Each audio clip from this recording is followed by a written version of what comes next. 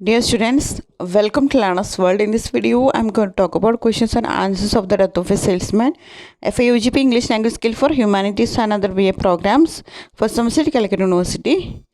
In our previous video, we discussed about party of questions. Answer the following questions in about 300 words.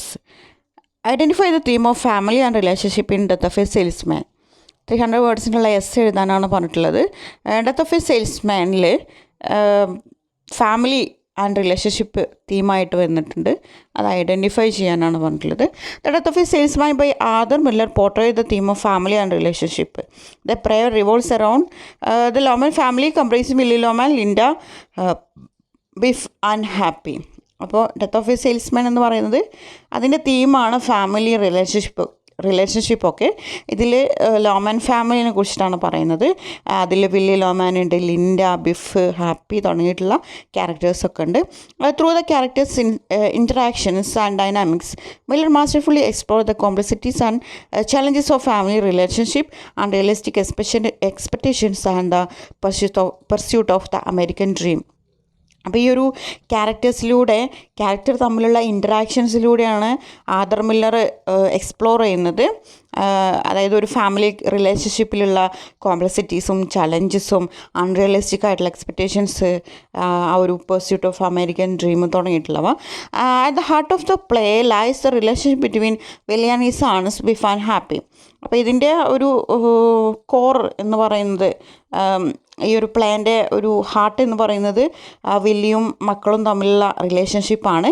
Willis flawed parenting and unrealistic expectations have led to a deep sense of inadequacy and confusion in his sons. അപ്പോൾ Willy ലോമാൻ്റെ flawed parenting, അതായത് തെറ്റായിട്ടുള്ള രീതിയിലുള്ള parenting, അതുപോലെ unrealistic ആയിട്ടുള്ള expectations, അതായത് ഒരുപാട് പ്രതീക്ഷകളുണ്ട്, ഒന്നും റിയലിസ്റ്റിക് അല്ല, യാഥാർത്ഥ്യത്തിലുള്ളതല്ല. ഇതൊക്കെ ഒരു മക്കളിലൊരു കൺഫ്യൂഷൻ ക്രിയേറ്റ് ചെയ്തിട്ടുണ്ട്. The relationship between Willy and Linda is another important aspect of the play. അതുപോലെ തന്നെ വില്ലി ലോമാൻ്റെ വൈഫ് ലിൻഡയുമായിട്ടുള്ള റിലേഷൻഷിപ്പ് പ്ലേയിലൊരു ഇമ്പോർട്ടൻ്റ് ആസ്പെക്റ്റ് ആണ്. Linda's loyalty and support for Willy serve as a contrast between Willy and his sons. അപ്പോൾ മക്കളെക്കാളും കൂടുതൽ ലിൻഡയാണ് സപ്പോർട്ട് ചെയ്യുന്നത് വില്ലി ലോമാനെ.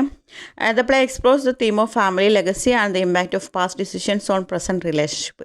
അതായത് ഇതിൽ പറയുന്നത് ഫാമിലി ഒരു ടീമായിട്ട് വരുന്നുണ്ട്.